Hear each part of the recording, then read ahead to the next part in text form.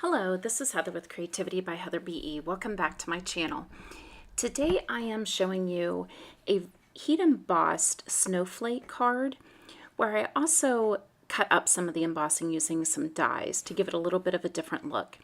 So I'm going to start with the Brutus Monroe Snowflake stencil. I love the stencil. I love the different designs of the stencil, or excuse me, the different snowflakes on it. I just think it's got some great variety. I am also going to be using some embossing powder and some of the Aqua pigment. So I'm using blue, violet, turquoise, and I do have the pearl there, but I'm actually not going to end up using that.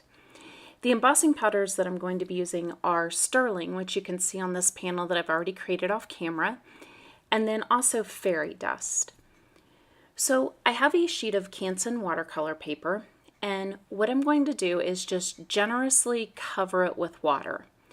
So I'm going to take the paintbrush and add water. I'm going to use a spray bottle to add water. I want the paper to be really wet when I apply the aqua pigment colors. So I decided to go with some purples and turquoises just to give it kind of that warm, fun snow effect. So I'm just going in and I'm using the dropper to drop bits of aqua pigment colors onto my paper, and I'm just kind of picking it up and moving it around a little bit just to kind of let the design flow the way that it does naturally. And I am going to cut this panel down, and when I'm doing a technique like this, I like to use a sheet of paper bigger than the panel I'm going to use, so that way I have an option. If there's an area that I'm not really crazy about, I can just cut the panel down where that's not a part of it. So that's a little tip. If you're struggling and you're doing panels and maybe you don't like the way all of them come out, just do it on a larger sheet of paper and then you can always cut off the parts. So I'm going back in with a water brush just to kind of spread this out a little bit and move the colors around. I love these aqua colors.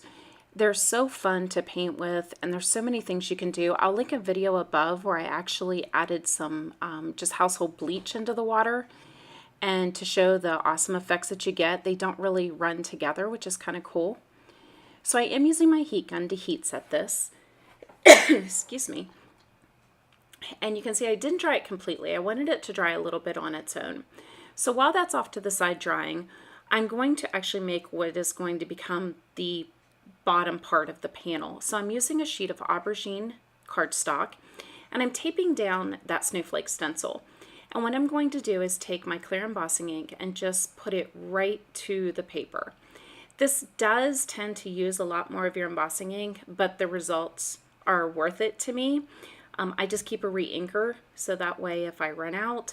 And I love the Brutus Monroe embossing ink because it's oil-based, so it doesn't dry on you. So once I get it inked up, I'm just going to remove my purple tape. And for this one, I'm going to add the fairy dust, which is a beautiful kind of shimmery embossing powder. And you'll see what it's going to do is really kind of just give more of a tone on tone for this, which I really liked. So it gives it kind of that darker purple, and then it's also going to give it a little bit of sparkle.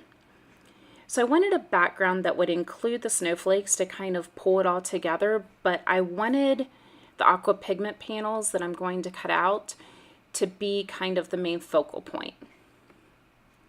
So I always use coffee filters. I know some people use the little trays, some people use half sheets of paper. I find the coffee filters work the best for me. That way, if I'm using a darker color or a color that I'm having a hard time getting back into the bottle, I can just throw it away and grab a new one. So you can see once it begins to set, it just gives a really dark sheen, tone on tone to the aubergine, which I really like. And you can use this on any color cardstock and it's going to do the same thing. But and it's hard to pick it up on camera, but it does have a little bit of a sparkle to it. You can kind of see there as I turn it towards the light where it's got the sparkle.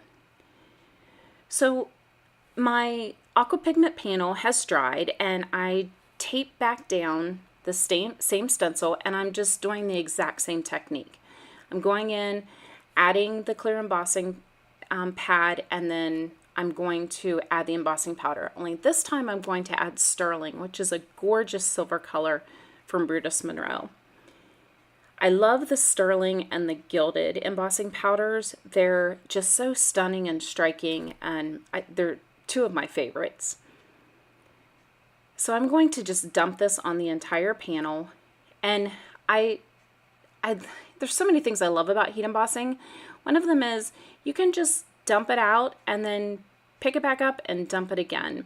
So embossing powder lasts forever, and really you can control the waste, and there really shouldn't be a whole lot of waste. So I just pick it up, dump it right back on, and cover my full panel. I was having a hard time trying to get it into the coffee filter. This is probably one time where using a sheet of paper might have been beneficial, but it worked. So I am using a dry paintbrush just to go through and tapping the back to make sure there aren't any areas that kind of went outside of the stencil. And you can see how beautiful as that sterling starts to melt. I just love the color that it gave on the back of these two backgrounds. You can see that gorgeous shine. There you can see it better. And like I said, I have this panel that's definitely larger than the regular A2 size, so I can kind of go through and choose what parts I want to cut out, because what I'm going to use is I'm going to use the Brutus Monroe Hexagon dies, and I decided to use two sizes to go through and just randomly cut different hexagon shapes from the panel that's there, which is the one we created, and then also the panel that I showed you in the very beginning.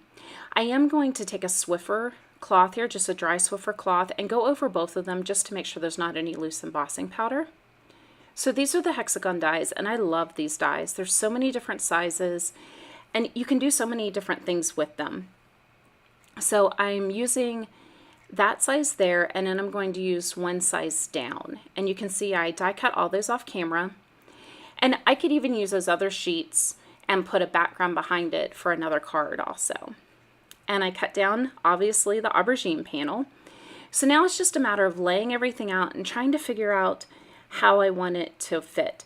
So I didn't want to recreate the stencil back on the front. I wanted them to be different. I wanted some to show a lot of areas of a snowflake, some to show more of the aqua pigment, just to kind of give it some variation. So I'm just going through and laying these out, and quite honestly, the finished card they pretty much ended up in rows. The shape of it and kind of the room I had, it ultimately just kind of ended up in little rows, which was okay. So there you can see I've got everything laid out, and I am going to use foam tape, little foam squares, and I did want those to have dimensions, so all of them are raised. You see I have that ribbon next to the card there. I had thought about wrapping some ribbon around it, but because they were raised, it just kind of looked out of place. I don't know. I tried it several times and I didn't like the way it looked. So I'm not going to use that ribbon. What I'm going to do for the sentiment is I'm going to heat emboss a sentiment that says "Sending a snowfall of blessings your way," which is actually a My Favorite Things sentiment, and it is from Snowball of Blessings, and I'm just going to heat emboss that on a piece of vellum, which you'll see here in a moment. So I'm just randomly going in and adding these on, kind of moving them around, getting them to fit where I want them to fit. And now I'm going to work on my sentiment. So I am going to stamp this out with the clear embossing ink, and then I'm going to heat set it with the Raven. One of the things that I found is if I have a card that has a lot of color in it, that typically what I tend to gravitate to are either black embossed sentiments or just black ink sentiments, or I'll do a white.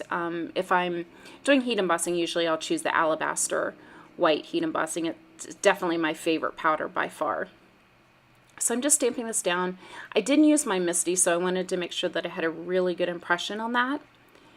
And I'm going to use the Raven embossing powder.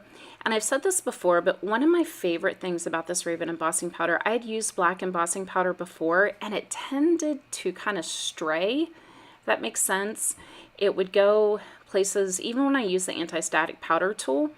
And I love the Raven because it doesn't do that. It works and stays just like any other embossing powder, which I struggled using black embossing powder before I found the Raven, and I love it.